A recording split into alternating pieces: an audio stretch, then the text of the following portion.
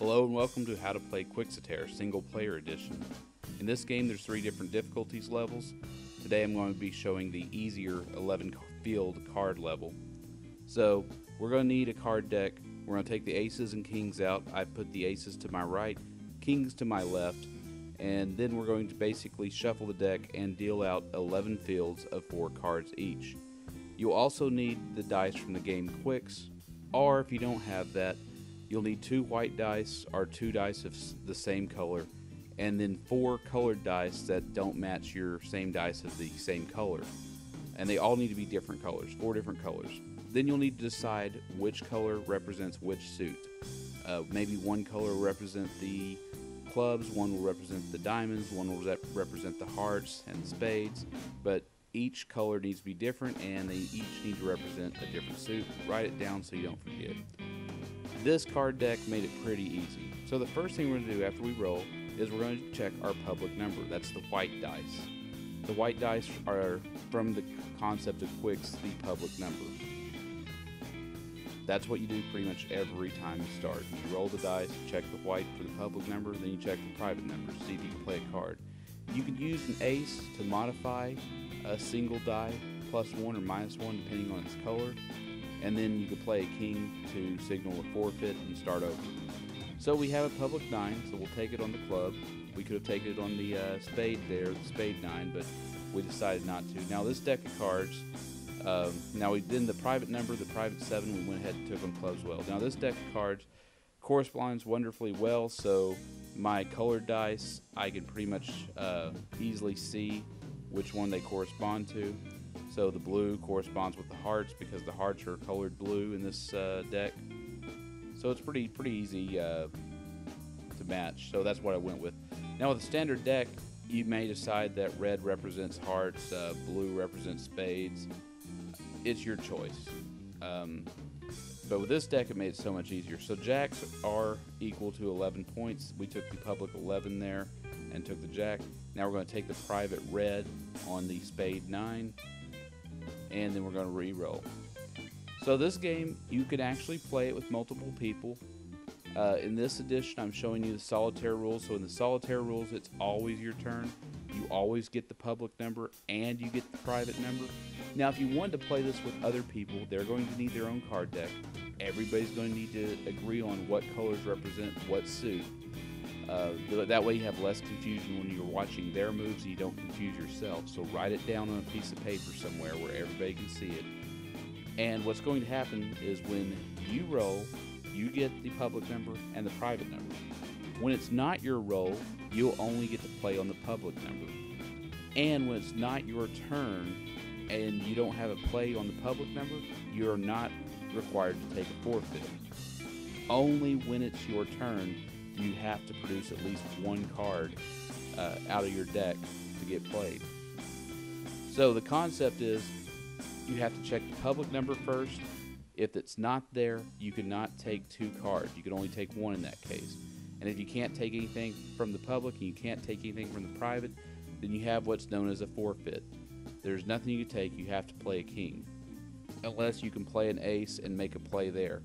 You can either play an ace on the public number or you can play an ace on the private number. If you play it on the public, you must first play it and then your private number after that becomes available. But if you only take the private number, you can't then take the public number if a card underneath that becomes available. So this is the rule with aces.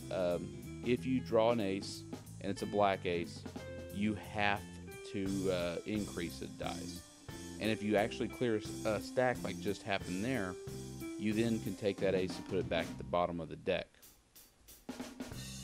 But yes, you can play this game with up to 5 people, probably 6, but I think the table space alone is kind of preventing it. It's much easier with the roll and write like Qwixx to play multiple players. But I would say 4 is probably a good amount because then you're not taking up too much table space. You'll need a really large table due to the insanely large spread that this card deck is. But overall, this solitaire, which can be played with multiple people, it's pretty relaxed. It's a lot of luck, but there's also a lot of choice as far as when you play your ace. when you decide to take a forfeit. It was designed to be simple, not too complicated because it's built off the mechanics of Qwixx. I think there's a lot of games that could be made with Qwixx. NSV keeps every year coming up with new sheets. It seems like they've come up with new rule expansions. They came up with the characters rule that gave you powers, and I think there's a lot more that can be done with it. I've seen somebody had a color combination rule set where somebody says my colors are red and yellow, and somebody else could be the blue and red. So instead of taking the regular public number, you then get a color number. I've seen different people have home rules. I've seen people add a dice to Qwixx and then add a separate score thing. I think there was a black die variant where you would have a negative score if you don't take some of the black die numbers early on. So there's so much creativity that can be done with Qwixx. I think somebody in I think it was the Netherlands actually took the die colors from Qwixx and made a game in which you're trying to get numbers very, very close to. I can't remember the rules. I played it one time, printed up a sheet just to try it out in the rule book. Because if you own Qwixx, you own that game. I think it was Knock Daneben or something. Can't remember the name of it. But very similar concept. And there's also another roll and write, very similar, very easy, Quinto, which I play incorrectly, come to find out. And it, if you own Qwixx, you can make your own score sheet. You pretty much own that game. And let's say you don't want a score sheet and you want to play Qwixx. You can do it with a deck of cards. In fact, this deck of cards is a Qwixx score sheet. If we arrange the cards correctly, we could do that too. So there's a lot of wonderful things that can be done with Qwixx. I think it was just an ingenious game. The simpler the game, the better it's a hit. I think that's a harder concept to do because you're so limited on what your design principles are. You have to really limit yourself. Okay, so now we've played a king. We've taken a forfeit. If you can't make any moves on your public or private, you have to draw a king. It's just the way this game works. So we did it again. And there's nothing that can be taken there. So we'll roll again. Hopefully this time we'll do better. Hey, we got the jack of spades, so that's pretty good. And we can't get anything else. So back in the cup and we'll roll again. Got public 10. And looks like we'll take the private 12 on the queen. In clubs, so that's green color, or excuse me, diamonds, yeah, green color. And looks like we're going to take the private 4. So yeah, I probably made some mistakes here in this first attempt at the film, but I just wanted to give everybody a demonstration of how to play this game, because I know there's some people out there that they don't have anybody to play games with. They're always looking for solo games. This is a solo game that you can come invite friends to play, and it's free, so there's no reason for you to spend money on it. If you own Qwixx, if you own these 4 different colored dice and 2 white, you own this game. There's no reason not to play it. There's nothing to buy. You just set it up. And I'm pretty sure everybody has card decks. As long as somebody has the dice, you're good to go. And I didn't really create a scoring system for this game. So playing it with other players, I'm thinking the best way to do it would be just 1 point per card captured, and then take a negative point for each king that you have showing. I think that'd be a fair way to do it. Or if you want to derive some way of building on top of the Qwixx scoring formula, which it is a formula, if I remember correctly, it's something like 1 plus the previous number.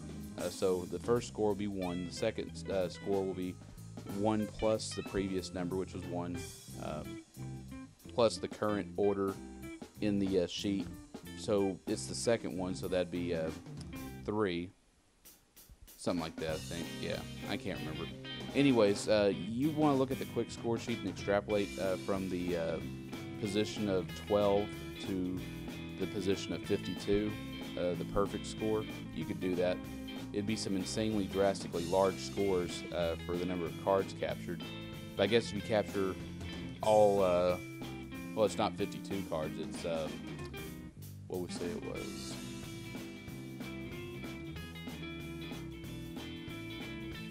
Oh yeah, all 44 cards. So yeah, if you want to extrapolate to all 44 cards, you could.